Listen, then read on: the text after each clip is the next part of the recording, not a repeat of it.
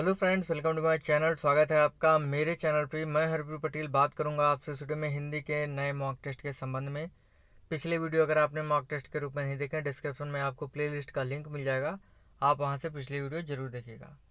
ये जो वीडियोज़ हैं, जो पिछले वीडियो हैं, आज का वीडियो है, बहुत ही महत्वपूर्ण है, क्योंकि जो भी महत्वपूर्ण क्वेश्चन हैं सभी को मैंने अपने वीडियोज़ में शामिल किया हुआ है। तो पिछले वीडियो जरूर देखिएगा। चैनल पर अगर आप पहली बार आए हैं, चैनल सब्सक्राइब कर दीजिएगा, बेल आइकन दबा दीजिएगा, जिससे कि आपको नई वीडियोज़ की नोटिफिकेशन समय से मिलती रहे। 20 प्रश्न है इस वीडियो में। अगर आप इस वीडियो को मॉक टेस्ट के रूप में कर रहे हैं तो कमेंट करके जरूर बताएगा कि आपने 20 में से कितने प्रश्न सही किए हैं। पहला प्रश्न हमारा, जिस पर हमला ना किया गया हो, इस वाक्यांश के लिए एक शब्द होगा। आक्रांता, आक्रामक, अयोध्या या अनाक्रांत। जिस पर हमला ना किया गया हो उसके लिए एक शब्द क्या होगा?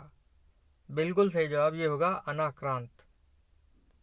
अगला प्रश्न है, अपना उद्देश्य पूर्ण होने पर संतुष्ट ऐसे व्यक्ति के लिए एक शब्द है। कृतज्ञ, कृतार्थ, अभिसारी, चिर प्रसन्न। अपना उद्देश्य पूर्ण होने पर संतुष्ट क्या होगा? ये होगा कृतार्थ। अगला है, गुरु के समीप रहकर शिक्षा ग्रहण करने वाला के लिए एक शब्द है। गुरुकुलवासी, छात्रावासी, अंतेवासी या आश्रमवासी। गुरु के समीप रहकर शिक्षा ग्रहण करने वाला क्या होता है? ये होता है अंतेवासी। वेरी वेरी इंपॉर्टेंट है, ये एग्जाम में काफ़ी बार पूछा गया है। ठीक है, देखिए कुछ और भी आपके लिए मैंने अनेक शब्दों के लिए एक शब्द रखे हुए हैं जो एग्ज़ाम में पूछे गए हैं। देखिए, UP triple S C, UDC, LDC exam 2015 में ये पूछे गए हैं। लिखा है, जहाँ लोगों का मिलन हो उसके लिए एक शब्द होगा सम्मेलन। सख्य भाव मिश्रित अनुराग को कहते हैं प्रणय। जो कानून के विरुद्ध हो, निरुद्ध या अवैध।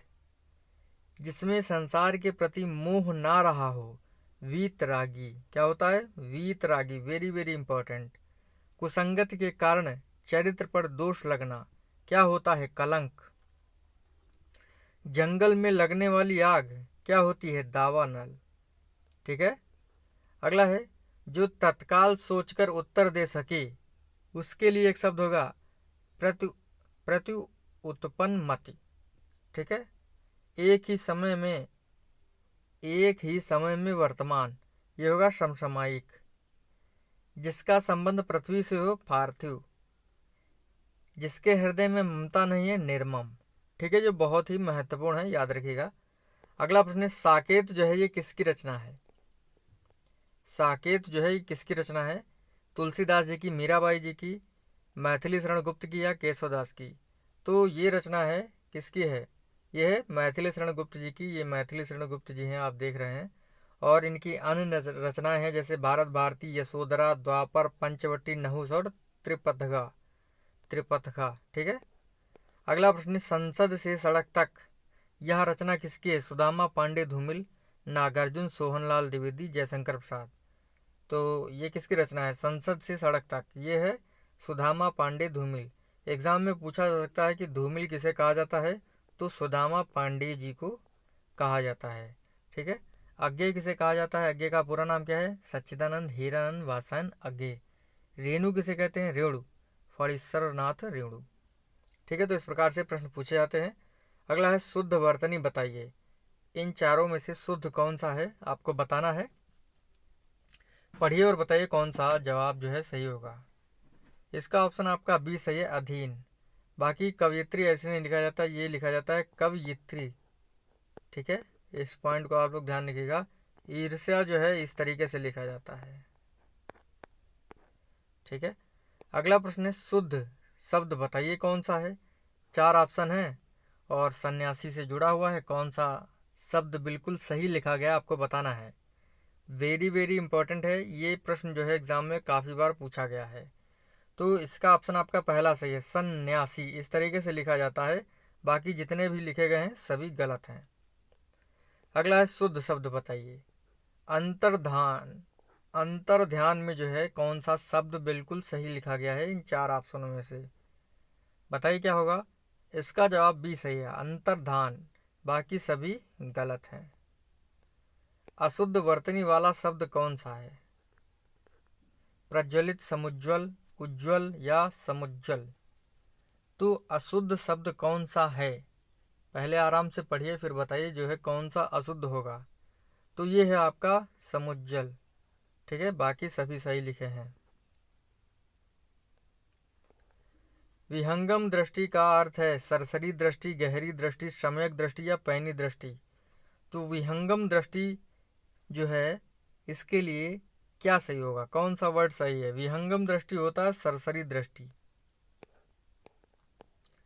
अगला है किस शब्द में री स्वर नहीं है? कृपा, कृष्ण, दृष्टि, आज। तो देखकर ही आपको पता चल गया आज में जो है री स्वर नहीं है। अगला है तालव्य व्यंजन कौन सा है? इन 4 ऑप्शनों में से तालव्य व्यंजन कौन सा है बताना है आपको। तो ये होगा आपका चा, छा, जा, झा। ठीक है, ये जो है तालव्य है और जो का वर्ण होता है वो कंठ का होता है। ठीक है, अगला है महाप्राण कौन सा होगा?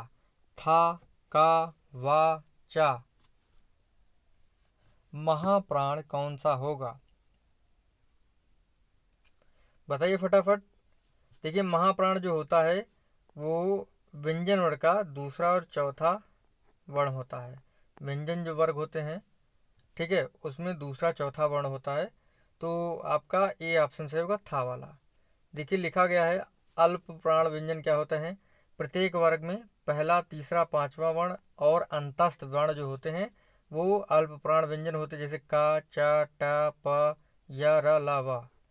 महाप्राण व्यंजन प्रत्येक वर्ग में द्वितीय तथा चतुर्थ वर्ण तथा ऊष्म वर्ण जो होते हैं वो आपके महाप्राण वर्ण होते हैं, जैसे खा, था, श, श, हा। ठीक है, देखिए ये व्यंजन लिखे गए हैं। देखिए पहला, तीसरा और पांचवा ये जो होते हैं ये आपके किसके अंतर्गत आते हैं? अल्प प्राण के अंतर्गत। ठीक है, और अल्प प्राण के साथ साथ आपका यारा लावा ये जो है आपके ये कौन होते हैं? ये होते हैं आपके अल्प प्राण। बाकी दूसरा, चौथा और ऊष्म वर्ण ये जो होते हैं आपके महाप्राण होते हैं। तो कह सकते हैं का, चा, टा, त, प, गा, जा, ड़ा, ड, ब और या, वा, ड़ा, नामा ये जो है आपके क्या हैं? अल्प प्राण हैं। और यारा लावा ये भी आपके अल्प प्राण हैं। बाकी जो बचते हैं वो आपके कौन हैं? वो आपके महाप्राण हैं। अगला है रामायण का संधि विच्छेद क्या होगा? कौन सा ऑप्शन जो सही है आपको बताना है। इन 4 ऑप्शनों में से कौन सा संधि विच्छेद रामायण का सही है? पहला वाला, दूसरा, तीसरा, चौथा। तो इसका ऑप्शन आपका बी सही है। जगदीश का संधि विच्छेद क्या होगा बताइए, चारों ऑप्शनों में से कौन सा सही है? जगदीश का संधि विच्छेद कौन सा होगा? चौथा ऑप्शन सही है इसका। पाप और पुण्य में समास है, दिगु, द्वंद्व, बहुब्रीहि, कर्मधारय।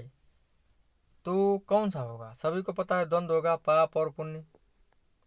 जब योजक चिन्ह लगा होता है और जो है जब समास विग्रह किया जाता है तो इसकी जगह पर जो है क्या आ जाता है? और आ जाता है। तो पाप और पुण्य में क्या होगा? द्वंद्व होगा। राजा में पुत्र, राजपुत्र में समास क्या होगा? तत्पुरुष, दिगु, द्वंद्व, कर्मधारय। तो राजपुत्र में समास होगा आपका तत्पुरुष, राजा का पुत्र। स्वजाति का विलोम क्या है? अजाति, कुजाति, सुजाति, विजाति। स्वजाति का विलोम होगा, सभी को पता है, विजाति। चुस्त का विलोम नहीं है, ढीला, लचर, सुस्त, आशीष। चुस्त का विलोम नहीं है, तो कौन सा नहीं है? आशीष, सभी को पता है। अगला है उन्मुख का विलोम है, अनुपचार, विमुख, जाड़े, तृष्णा। उन्मुख का विलोम क्या होगा? विमुख होगा। बी ऑप्शन आपका सही है। इस प्रकार से आज के हमारे 20 प्रश्न जो थे बहुत ही आसान यहीं पर समाप्त होते हैं। जितने भी प्रश्न आप सही करें कमेंट करके जरूर बताइएगा। मिलते हैं आपसे अगली वीडियो में। थैंक यू फ्रेंड, धन्यवाद।